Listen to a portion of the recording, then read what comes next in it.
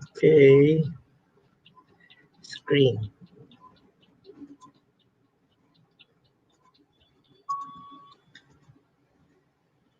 Okay. Good morning, everyone. Okay. Hello. Are we sharing the screen?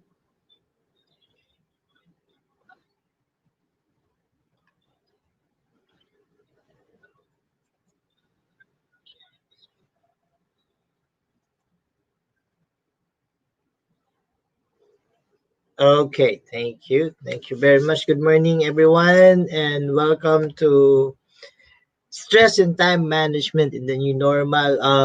Supposedly, this is a 4-day course, but for purposes of today, we'll be hitting the gist.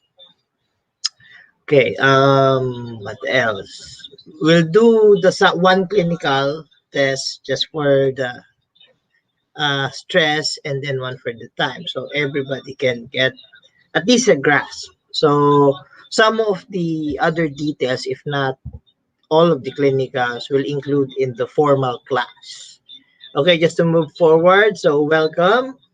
Um, this is two independent subjects we compress in the light of the pandemic. So pinagsasama lang natin para more on the practical notion.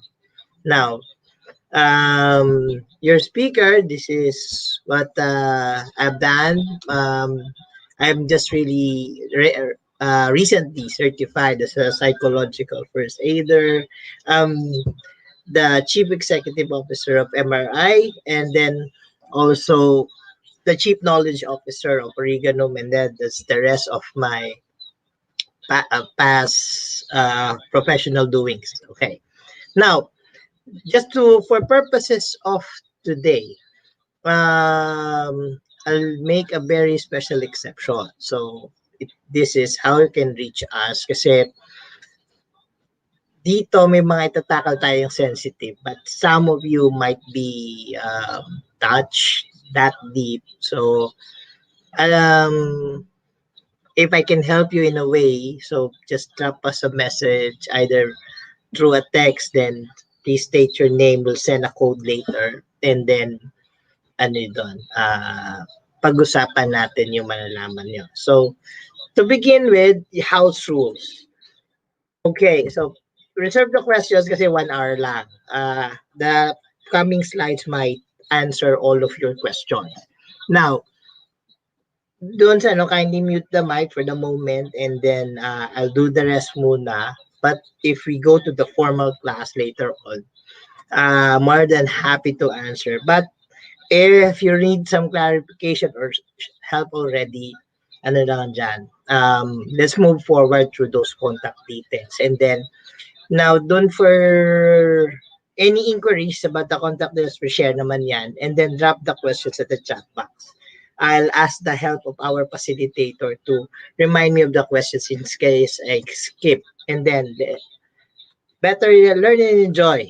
Okay, now, let's go. So, what really happened dito sa nagparang pandemic? Now, you will take note na stress is a different approach, and then time management is different. About those are two different schools of thought. Now, I always tell to the academe and also the corporate practice na regardless if it's pandemic or not, there should be a preparation for the incoming of the stress, and then doon sa bulk of works that's coming in. Kasi you have to distinct dyan, which will go into detail. Stress is a natural reaction of one person. And then time, may mga didiscuss natin theory yan. But one thing about time is it regularly passes by. You cannot stop it.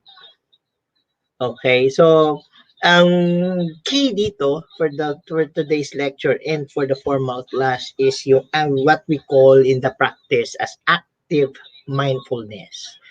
So let's go. Now, my big objective is very basic. For you as an individual, you identify number one, your stressors and then your priorities, and then allocating any precious resources you have, especially energy and time, which I will also discuss later. And then understand that each stressor is always unique to an individual. There may be one or two common to many individuals, but the degree of effect is different. Kaya nga, same same test, same dark scenario, one struggles to be successful, one goes to depression, one extremes goes to suicide, so something like that. So kaya you have to understand the stressors. Now, hopefully, after this, you can create your own action plan. Kasi ano doon eh, sabi nga natin, we're focusing on the uh, active mindfulness, or hopefully we can create that mindset para sa'yo. Now, hopefully, also, you can also now evaluate and improve efforts if there is already done. So, lahat naman tayo merong coping mechanisms. You have to just understand them. Now, I will reserve some of the clinical tools, pero again, I leave the customization sa inyo. But just for today's G's. And then, we now go to dun yung collection of time management tools. Some I have my own copyrighted collection time management tools, which I will share with you just in passing lang. Okay, now a stress scale. Take a paper and pen, everyone. May I ask everybody to prepare a paper and pen, and then we'll do this very very quick na self-test. Actually, it's a clinical test. But if you can bear with me, it would be very helpful after this, and then I will share you something after. Okay. Now, there will be a series of questions that will be flashed. You just have to be very, very quick in reading. No right or wrong. But honesty is the best policy dito, mga kapatid. And then for me to interpret the best results, although in a corporate and clinical setting, normally I read it out with the individual just to help them. Okay. I'm not sure if there are HR practitioners, HR managers here, or psychologists or psychiatrists here. Um, I'm sure they can associate with this. Okay, now moving forward, there will be flash of items. So, like example number one, kunyari, uh, these are different stressors. Okay, you might not agree or not, but they are stressors. Now, what you will do is you identify if they are stressors to you. If yes, write the item number one and then write the points beside the description. So as you can see, yan ba, death of spouse, open, close, 100. If you say yes, na na-stress ka sa pagkamatay ng misis mo, you put 100. If no, aba, I'm not sure if you love your spouse. But that's a different issue. But anyway, point is death of spouse. If you answer yes, you put one, then the 100. Okay. So guys, let's move to the first set of questionnaires. I hope you have your paper and pen because this will be very true.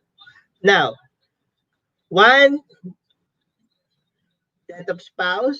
So if you say yes, you put one, then you put the score 100. Okay. Now, two, divorce. Walang divorce sa Pilipinas. So, for purposes of our discussion, it's gonna be annulment. Okay? And then, three, marital separation. So, kung kayo ba ay naghiwalay, pwedeng lodging, or kayo ay nag-legally separated. Okay. Okay, next is jail term. If you are not, I hope you're not going to serve jail term, yes or no. And then number 5, death of a close family member. Remember, I am not sure, forgive me if this has happened, but this is part of the clinical test. Okay. Now, personal injury or illness, this includes heart attack, or if you got in a motor vehicle accident, or if close to death experience. Okay. Number 7, the favorite of everyone. Marriage. Is marriage a pressure? Especially if you've been dating for 4 years or 5 or 10. Okay, I leave it up to you. Okay. Now let's go. Fired at work. Nako, pandemic pa man din. Okay. Marital reconciliation. Okay, just for purposes of understanding, naghiwalay kayo. And then, because of your children or because of parents or loved ones, you're being asked to reconcile. But may jowa ka ng iba. Okay. Yeah, no wrong or right. Just put your answer. Retirement, preparation for the retirement. Okay? Change or in health in the family member. Nako, pandemic pa naman. Pregnancy. Are you ready or not? Or are you ready with the obligation? Okay. Sexual difficulties. Any aspect that you can think of is good as mine. Okay, so just put if you're stressed there. Then gain of new family member. May bagong bunso and you're 18 years old. Okay. Business readjustment. Up to you. Change in financial state. Because dati may trabaho, wala, or biglang malugi ang negosyo, umhina. Okay. And then death of a close friend. Up to you. Then change your different line of work. You were forced to a different line of work. Change in a number of arguments spouse. Ay, alam niyo yung having this small and big discussions, pinag-aawayan nyo for whatever matter. A large mortgage or loan. Napilitan ka bang sangla, umutang. Foreclosure for mortgage. May utang ka, ngayon kinukuha na, may prenenda ka for sangla, and then what? And then change in responsibilities at work. Okay. Leaving a son or daughter, especially if they're very young. Trouble with in-laws. Biyanan, public enemy number 1. I hope not. Okay. Outstanding personal achievement if you're a perfectionist. Or if you're perceived to be one, or you're honor-oriented. Okay. Spouse begins or stops at work. Insecurities, part dyan. Okay, beginning, end of college, lalo na sa mga bagong graduate nating participants or graduating. Change in living conditions. If you were living in the normal and now here comes the new normal. Revision of personal habits if you were required because you went to some changes or health issues. Okay, trouble with the boss. Is it difficult boss or it's a problem of culture fit? And then change in work hours and conditions. Dati kang pang umaga, naging graveyard. Or pinawasan ka ng working days kasi nga pandemic, ECQ or MECQ, change in residence because you had to leave your old house because you cannot afford it. Change in school. If you're from private to public, change in recreation. You used to do music by a guitar, you lost a hand or whatever. And then church activities, change in roles or social activities. If you were like a volunteer like me, tapos normally I go outside sa kasurok-surukan, then ngayon hindi na pwede. Moderate loan, medyo not so kanina, medyo iba, medyo maliliit ito. Change in sleeping habits because something have to do in the morning or work rotations, kaya change in the number of family get-togethers. Dati, laging merong family reunion, ngayon wala na. Change in eating habits.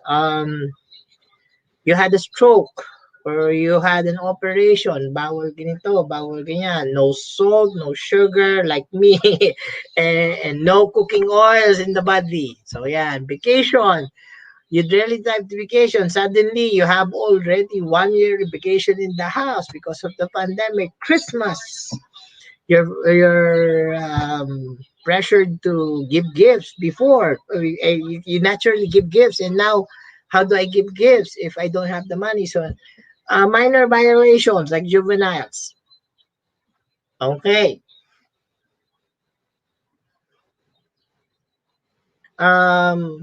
Please take note in a vertical manner yung lahat ng points. You add all the points now. Okay. Take a moment to carefully add all those points. And I want you to remember all those yes. Now, I will give you the liberty at least 30 seconds to compute, and I hope you have already done. Okay.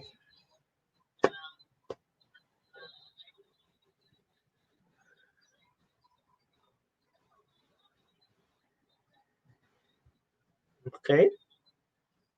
Good. I hope it's good. Now, this is what will happen. Now, again, a reminder before I show you the scale, there's no right or wrong. Okay, but it is very critical if you are my patient or client that you take note of these answers. Okay, please, if you have the time, screenshot the scale mamaya. Papakita ko ngayon. Okay? So this is this. If your points is 11 to 150, they're moderate. Ill future pa. Pero pag you're between 150 to 299, high chance of becoming ill.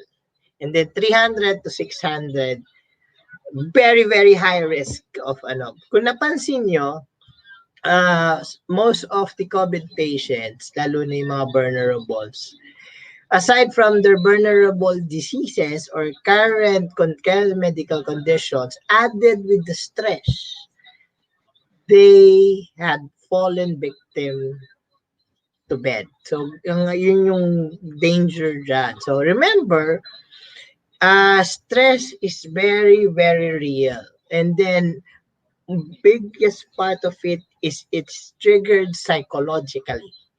So, yun yung sinasabi ko sa mga kliyente at pasyente na you have to take note. Kaya nga sa namin, sa psychological first aid namin, or if you are a clinical patient, I always tell them, stress is your bodily reaction, but it is also you who will defend doon sa stress. Kaya napaka-importante nung mindset.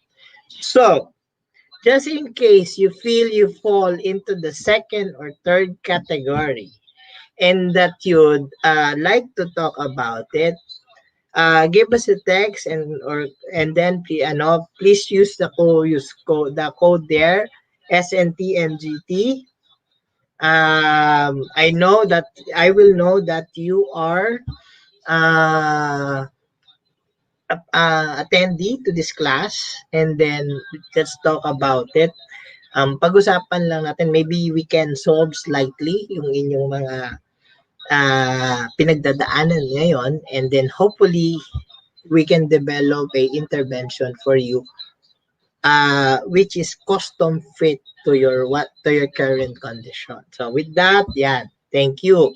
So again, that's 0916-399-0050. If you want to make it more formal, drop us a message. And this goes also to my team if you'd like to talk about it. So, what can you do about this? Yun yung mahalagang tanong. Okay, now, some has a different reaction. If you take note, well, in my example earlier, either you confront it outright, or if you sit it out and later on murmur. So some clients or patients takes the extreme one, which is suicide. So Yun yung sinasabi namin. Inuuna munang i-define yung stress and stressors para pagka din, gagamitin na natin yung time management tools. Kasi mapagtatanto natin later sa other slides, there is a marriage between stress and time. So, question, what is energy? Now, just to make it short, just for purposes of expediting time, let me advance this idea to you. So there's one school of thought says that there is no such thing as time management. Okay, so teka, bakit sir? Di ba part yun ng title? Okay, let me explain further about time management. In this case kasi, one author says, time continuously passes by. You can never stop time. Okay? You cannot even control it. But what you can control is the energy and effort that you put into doing things. Okay. Ang sinasabi of that school of thought, let's say you have 100 things to do in a day. Like for me, I run 2 companies, and then I do lecture on the side. Now, what do I do for this week, which I have some obligations to meet the president every morning or every other day, but I still have to run the company. So where do I put the energy? Ang sabi ng theoretical framework na to is that you do prioritize first, or use the Pareto rule 80-20. You choose that 20 actions you can take, and then that has an 80% impact on what you do.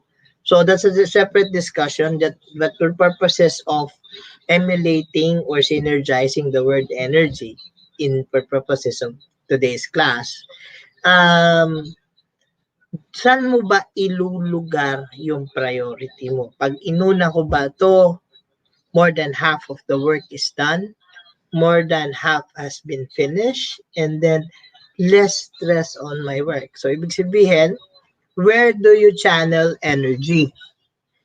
Okay. Just for a second.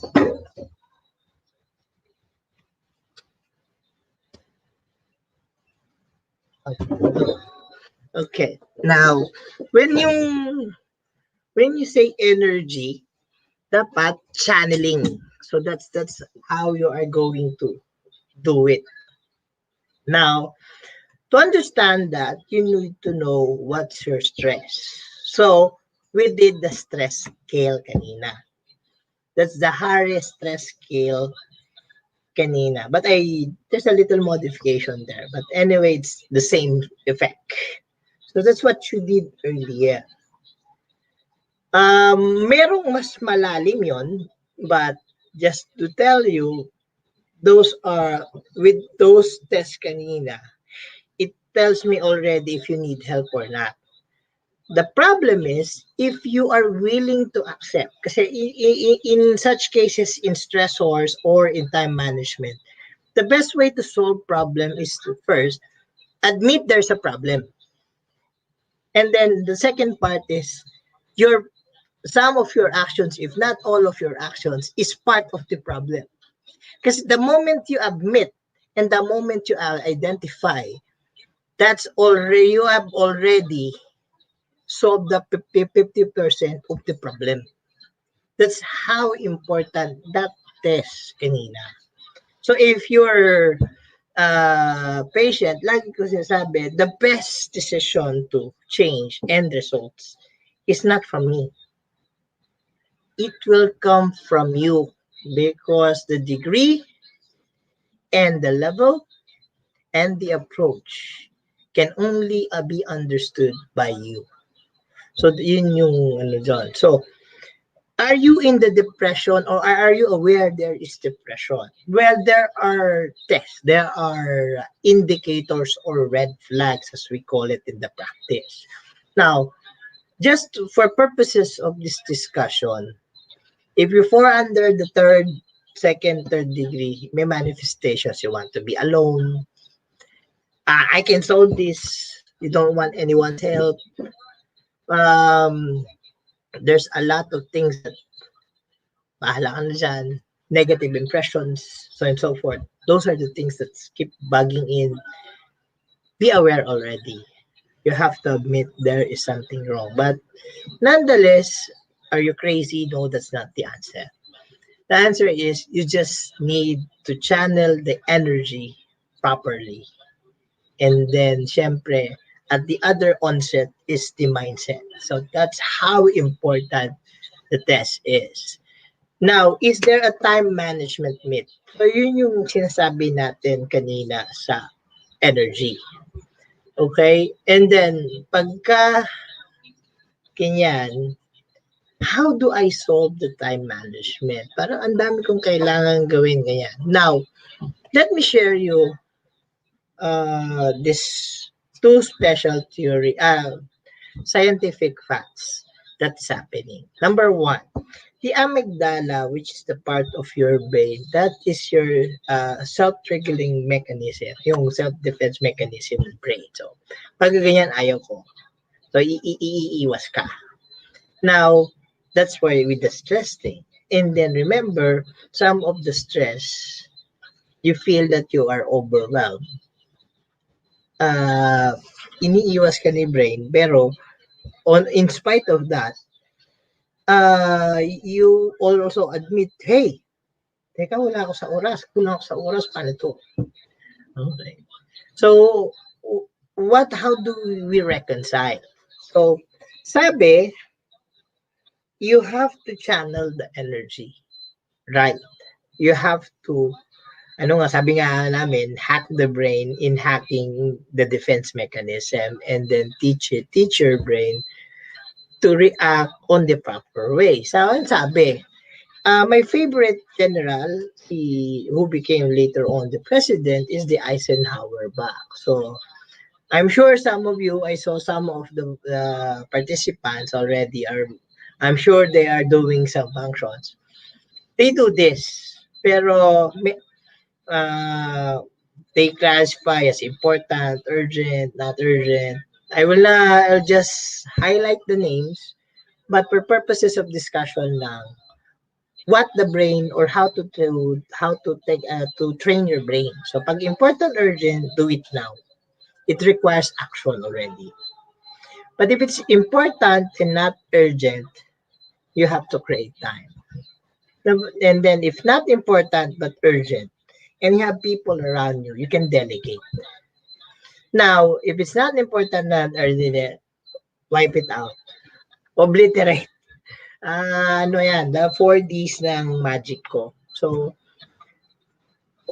ibig sabihin, if the action to be taken or the activity to be taken is not important, urgent, those things like watching Netflix, playing Mobile Legends, naku, pamparelax ko yun, sira.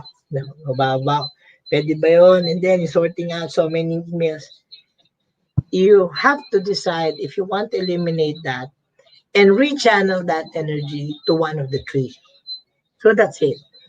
Rechanneling of energy. Remember, sabi nga sa isang author, you cannot obliterate one habit, one bad habit. You can only replace it with another dominating habit. So, ganun siya.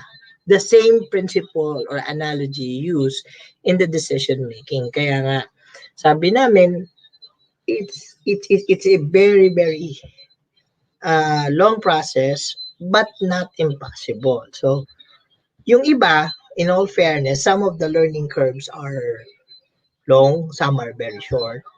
But it's up really to the individual or the patient na ipapad out yung pagdesisyon. But anyway, again, it's an issue of channeling energy. Okay, Sir, bakit you're using the word energy? The stressors gives or takes away your energy. Your mindset evaluates that stressor. Mamaya, and later on, we will discuss in the formal class. If your perspective is negative, it drains you of the energy you're stand, hindi ka gagalaw. But if the perspective channel that stressors and you have a positive outlook or positive connotation, oh, that's gonna be a good problem or at least an opportunity for me to change what I do, or it means also say it's a red flag. I have to do something and change it. So it's a matter of perspective, it's a matter of mindset. And then the rechanneling of energy is the how you react. Instead na, negative ang dating sa'yo. Napapagod ako, ladagdag ako, sasakitin ako. It's all scientifically proven na all of these impacts or these stressors that you perceive to be stressors will have a physical manifestation in your body. And then it also drains you of your energy. Hapo, agod, hiningal, so and so forth. So now, let me share with you guys this time evaluation tools that I use, or actually I have already prepared, I have modified through the years for you to understand kung how to make your own time evaluation. But let me start with one thing first. Just a little tip just for purposes of the discussion. Do you do a to-do list? Kung ginagawa nyo na, that's well and good. I bow to all these time evaluation gurus. But I'm also an advocate of making a not to do list. Not to do. Why? Why? So, sir, bakit not to do list? Because the not to do list clarifies your to do list. And then also, you have already a red flag, a checklist of red flags in front of your eyes, not to shed time there and then put it all in your to-do list. Okay, so konti lang yung authors dyan, but that's how I do it. Now, just to give you a highlight, we will just discuss it formally in the formal class, yung tools. Now, we'll show also there doon yung copy niya. Pahapyaw lang natin dadaan. Now, evaluate. Oh, let me also remind everyone I have a copyright on the evaluation tool. So, nasa libro ko yan. So, okay. Anyway, so number one, evaluate yourself. What are you doing now, today, for the whole day? Can you write it in a paper? What is your behavior? So, and then also your prime time. So, ano ibig sabihin nun? You will prepare an energy graph. So, what time do you wake up? How much do you do energy? Gano'ng kataas ang energy mo when you're doing work? Does it mellow down during lunch? Do you sleep at the afternoon? Or trabaho uli? And then, biglang nabubuhayan pag oras na ng uwian ng alas 5, hikab ng hikab bago mag alas 4, and then traveling, and so on and so forth.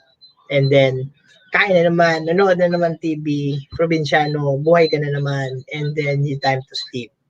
Okay, Mobile Legends muna, TikTok muna, so on and so forth. And then sleep. So time frame.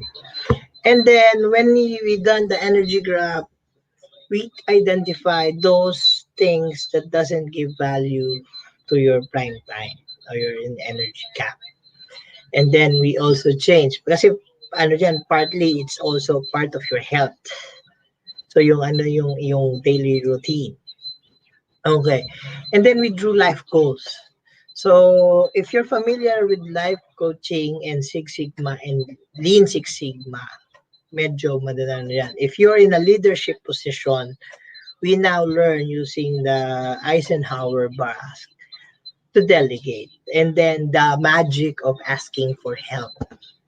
And then technology time wasters, are you a deadlock for Facebook or whatever?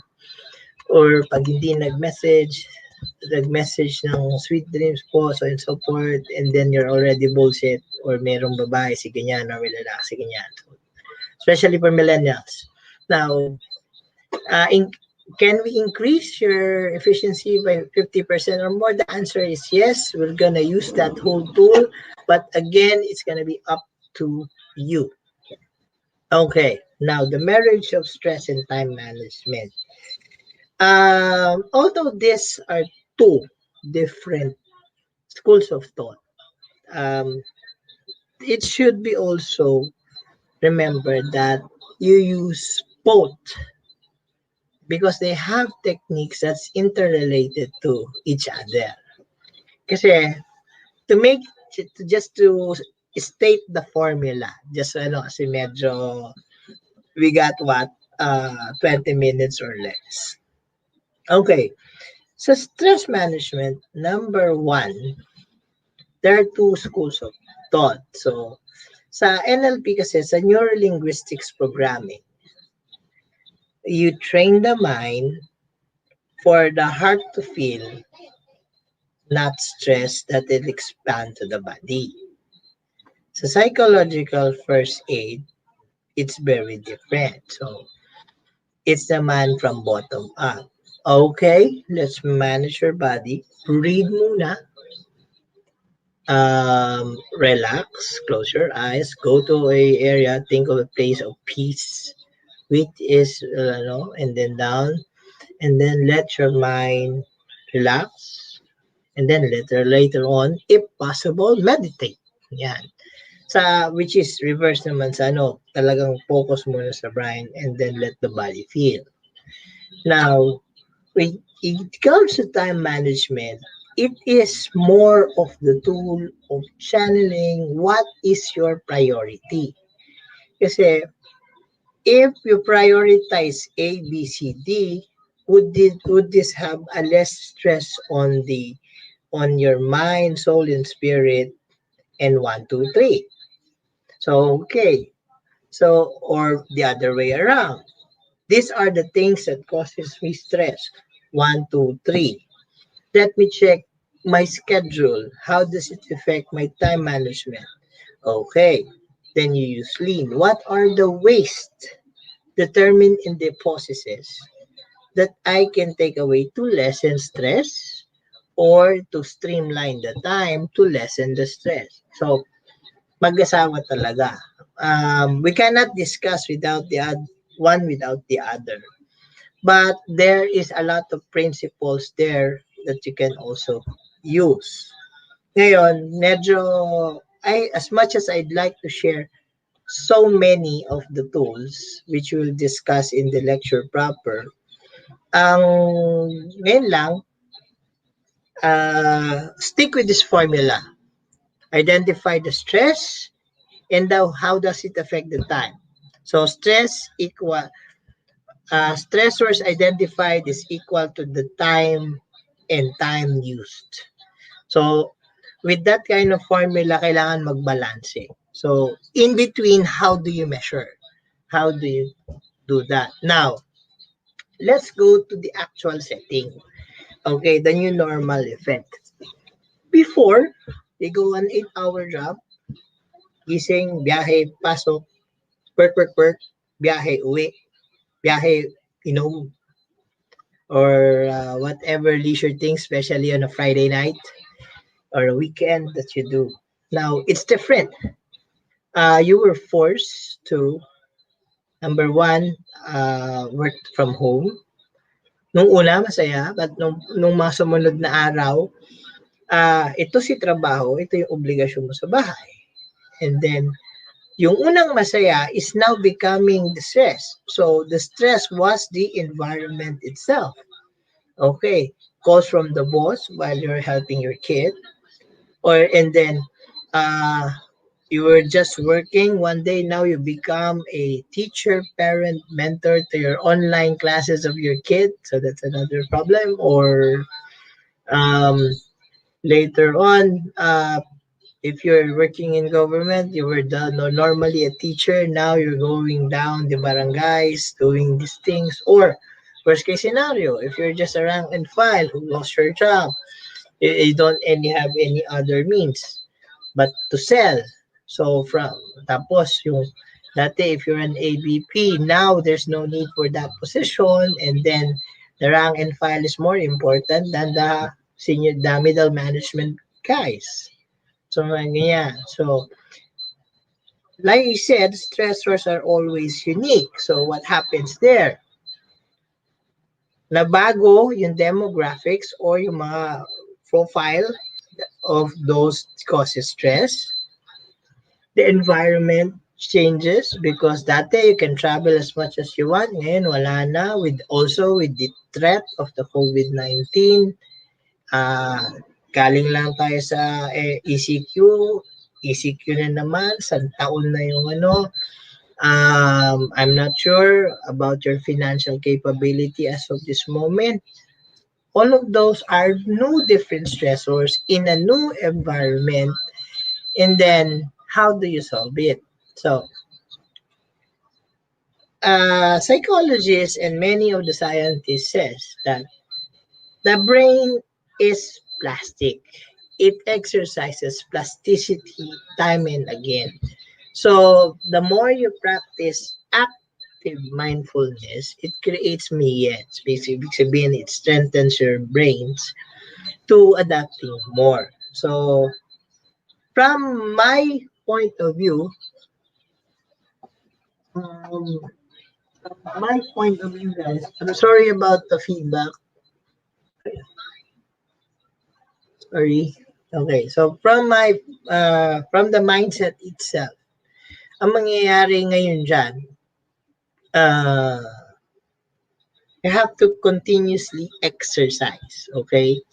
And then what happens there is um, your brain adapts to such a point na it's becoming less emotional, or it has already identified those set of emotions, and then take it from a more objective view. Kasi yung adaptation from a kid is very different from the adaptation or plasticity ng adult.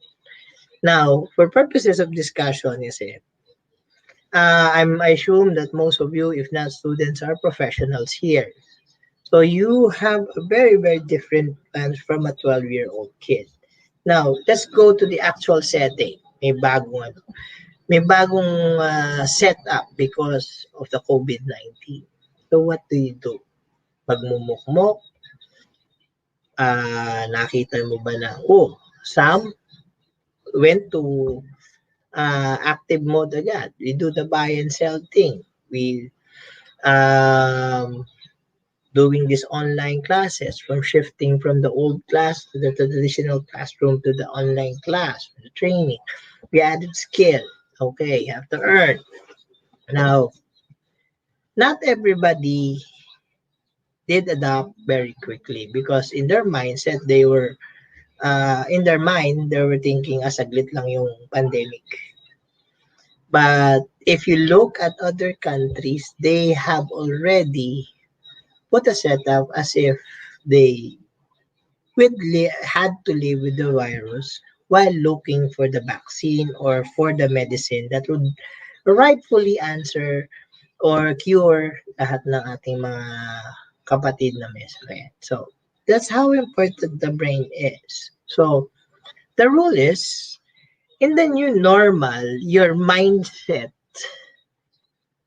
must be adaptable and ready with all these clinical tools or tools na ginagamit natin. Now, ang problema is the adaptation or the will to adapt immediately. That's one of the things that we're trying to dito. Kasi ang problema naman kasi lagi, either with the patient or a client, is that the act of accepting that there are stressors, or they would not associate it as stressors. And then they would not sacrifice time for resting than time for making money or time for no. Kasi nga yung amygdala na part ng brain says, no, you should be resting. No, you can do this later on. Kasi nga it prevents you from those hard things. Pero sabi nga, that's also part of this lecture that you have to train your mind that it can work on a little difficult situation. Yan. Yan, i-adapt nyo dyan. Well, anyway, part of the my time evaluation tools to help you with that. So, the question now is, do you have a support system? Number one, formal. For, I don't know. Kasi, remember, there's already a law for mental health. Okay? So, is there a group or did you go to the group? Did you seek formal help or so and so forth? Or is your company providing so? May mga programs, may mga, sabi nga natin, occupational safety and health programs for mental health or may mga modes of helping their employees or their clients or their whatsoever through a formalized system. Merong integral or sabi nga namin, it's very organic. Part siya ng sistema, part siya ng organization or ng company. Yan. Is there an informal group? Okay. Part of sabi nga kasi it's always helping each other out. Even within your organization, there's an informal group. So in local language, tropa. Okay. But are they helping you? Okay. Kasi 'di ba in a group normally there's someone's very objective, merong matalino, merong emotional, so and so forth. But nonetheless as a group you become one and you share all these problems and then after mo ihinga nakakaluwag so and so forth. And then someone says or advises na, "Hey, can you try this?" Or no. Hindi naman nagbibigay ng advice, but just telling you, can this be done something somehow, something like that? Can you do it in this way? Would it be possible for you to this way? Would it be possible you for to look at it at this way? Parang ganyan. Okay. Now, paying it forward. Kasi there's, in my experience, there's nothing like the gratification you have in helping others. If for stress management and time management, it's about helping. Una, helping yourself. But if someone helped you, there would come a time that you will have the opportunity to help others. Yung gratification job uplifts your mind and it gives you a different perspective. So, ang pangatlo ko sinasabi, yung support system. Part of is you have to develop the habit of paying it forward in helping others. Okay, kasi parang if I help someone, nalulubag ang loob ko.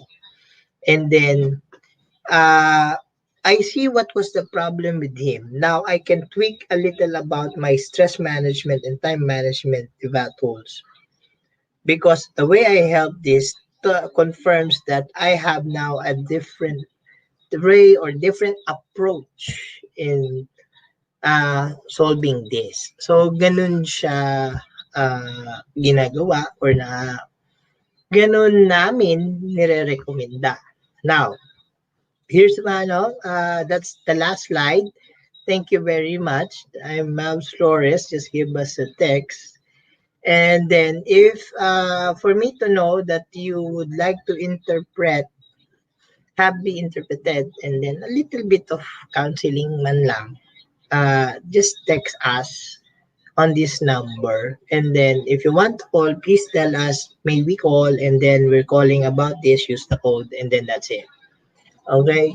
So with that, I'll go immediately to the open question.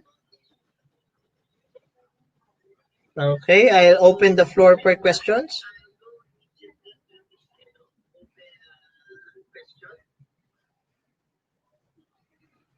Sorry about the feedback, guys.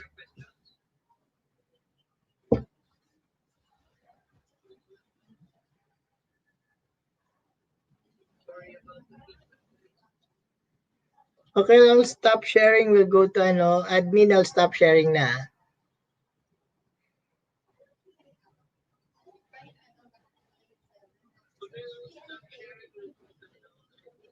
Let's go to the default page po.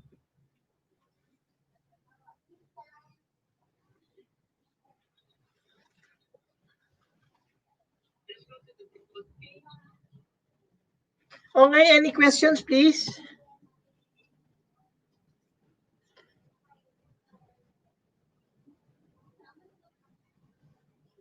Wala pa akong ano.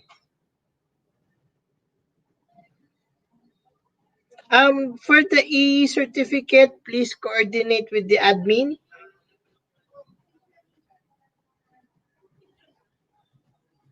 Okay.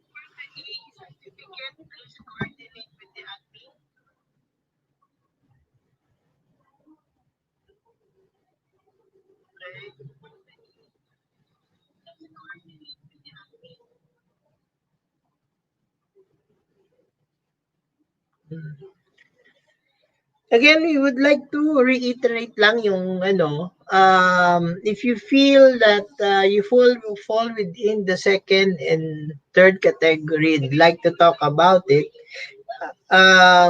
be more than happy to serve you in the way we can do best. So ganun lang. Just again, just send us text or a message to our Gmail, and then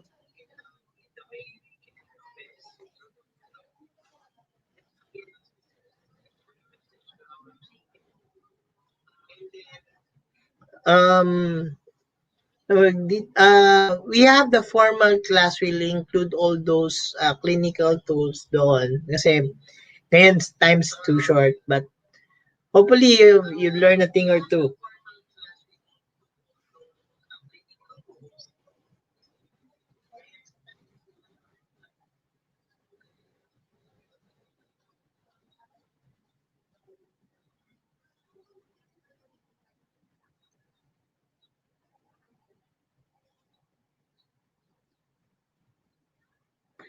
Okay, I have. Okay. Good morning. How can we have a help for others din naman po? Alam namin they have stress or the so-called fake depression. Okay.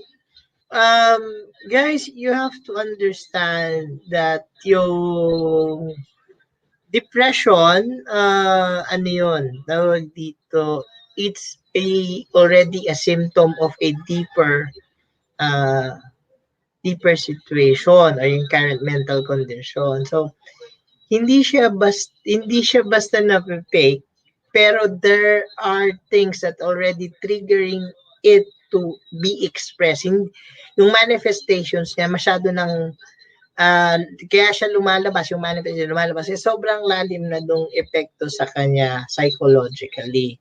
And then tama-tama, there's a question, is poor nutrition affects the mindset and behavior? Now, healthy body, healthy mind. So, ano yan? Sabi ko nga, there's a marriage between the time and stress. So, it is also the same with the mind and the body. If napapabayaan yung katawan, not necessarily the brain does not function physically well. And then if there is no strong mindset also, yung mga hormones kasi it's a natural thing for the body to be produced, and then it affects now behavior. So unless overwhelmingly yung kanyang control over his body, that's gonna be a different story. But most of the time, the body tells the brain this is how you should act. But nonetheless, sabi ko nga, it is always unique to the individual. So can you hack the brain or can you hack the body in also producing the necessary effect? Kasi kung ikaw ay naturally strong individual, bodily, physically strong, merong lang drive yun sa brain. I mean, I'm in moral fitness and so forth. Ganyan. But if I'm deprived of food and water, shelter, sometimes, bakit ako, Lord? Now, hormones starts to trigger in and this sad hormones tells you, oh, lako, dapat ganito ang paningin mo sa mundo. So, that's gonna be very difficult. So, kailangan talaga yung pag-identify mo the unique situation, the stressors and so forth. There should be at least a help. Mga nilang dyan. Okay. So, just to answer is for nutrition affects the mindset. In a direct answer, if you want that, the body, yes.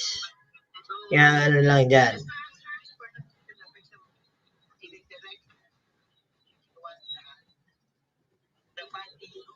Hmm.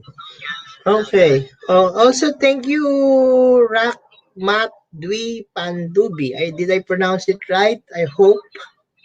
Thank you also for having the time and joining us.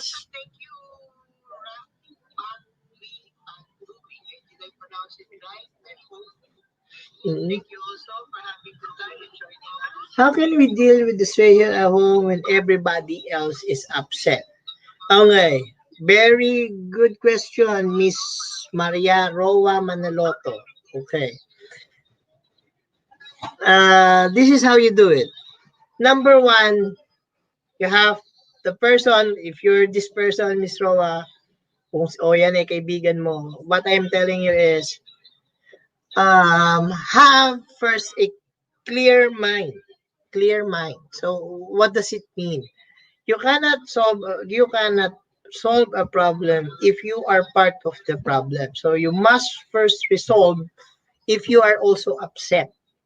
Kailan, don't go to solving others' problems if you are not well. So, ibig sabihin dapat, you have a clear mind. Heart, soul, conscience. So, kombinasyon siya. Tapos, you dwell one by one, especially if it's a family issue. Kasi syempre, with the pandemic, loss of job, loss of someone we love, loss of financial opportunities, with so many things, or baka naman currently they're in their sick bed, so and so forth. That's a very, very difficult situation. So, how do you deal that? Ikaw muna, one. Sabi nga, love spreads. So, in the same analogy, resolve what you have decided, resonate with an individual first. Pag dalawa na kayo na in the normal state or in the logical state already, na you can separate your logic and your emotion, that's the time you invite another member of the family or the group, if this is a corporation or it's a professional organization, then resonate. Hindi mo yan pwede tirahin ng isang birada. Bakit kamo? Ano sabi ni John Maxwell? Touch the heart before you touch the mind. Okay? Empathize. So, okay, when you have done that, that's the time. Especially kasi kung ang family ay yung family-centered ang culture. So, it will be more easier. Pero if their orientation is more of an independent one, that becomes a little bit difficult. But not impossible. You can always reach out. So, any other questions? We are already 11:03. Baka ako yung overtime na. Mm-hmm.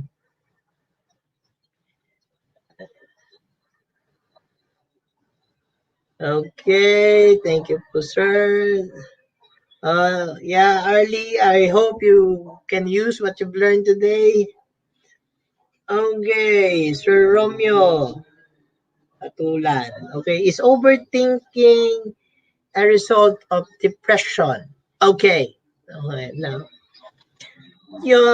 siguro I'll take last two questions after this, just for purposes of clarification for everyone. No, yung overthinking, it's a practice. No, how do you mean by what do I mean by that? Kasi if you were raised in a culture, in a family, or an upbringing of critical thinkers or problem-solving thinkers, sabi nga, advance ako mag-isip, diba, gumagano. Well, joking aside, no, some tend to have that, yung parang may mga risk-based na pag-iisip, but not tested. Kasi, actually, I don't recommend yung overthinking. Overthinking is a natural process of your habit of thinking. Okay? Hindi kasi siya, it's commonly exercise or part of your inquisitive nature na to ask yourself, what is this, what if not, what if, so and so forth. So, especially if this does not conform to a former stimuli or experience. So, ganun siya. So, ibig sabihin, meron ang point of reference ng mga gusto mong ma-achieve ay doon sa previous experiences and learnings. So this tends to create, it's a normal thing on your brain to ask those questions. Now, question is it depression? The answer is no. Directly for the moment, just to answer the question, in my opinion, no. Okay, hindi. Pero, is it a manifestation that you are beginning to have of depression? Now, take note that if the overthinking puts you in a negative state or leaning to a negative state of mind, that's gonna be time to think again. Am I falling into the state of depression? Kasi yung depression, especially for ladies, remember this is part of the emotion also. So na yung mga triggered, let's make it short. Although it's kind of, I'm not sure if it's jesting on the other or on some people. If you have your period, naturally hormones are being imbalanced. Hindi tulad kasi sa lalaki, medyo stable lang naman ng konti. But nonetheless, if you experience yung gloomy, may mood swing, yung lang galit, or if you're alone, actually at the time, if you are alone, that's the time when you get to overthink. So if in your practice, if part of your hormonal imbalances pushes you to think, or if being alone pushes you to think, or if you get to go to that sad state, angry state, so and so forth, you should consider already professional help kasi you're leaning to that negative state. Okay, so sabi ko nga, it's always unique to the individual. Kaya nga yung profiling ng individual, mapakita mo yan eh. Lalo kung halimbawa, I'm sure there are some HR managers here that part of the profiling is may incidents sa pakikipag-away against fellow employees, some negative actions. If not profiled properly or there's no incident report, Especially now in this case. Kasi ang hirap eh. Biruin mo, work from home ka. Paano kayo didiscipline?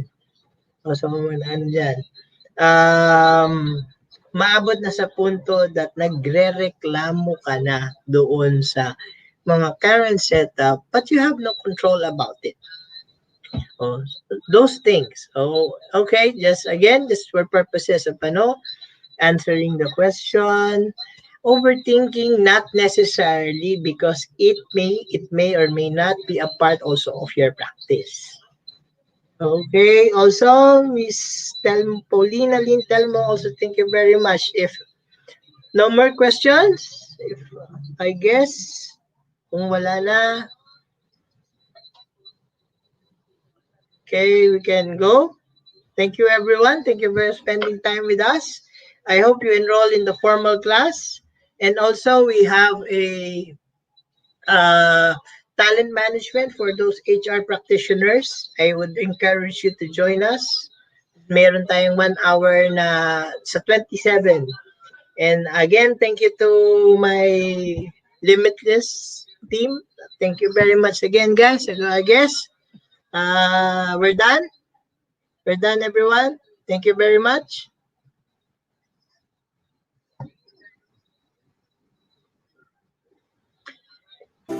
Anything else?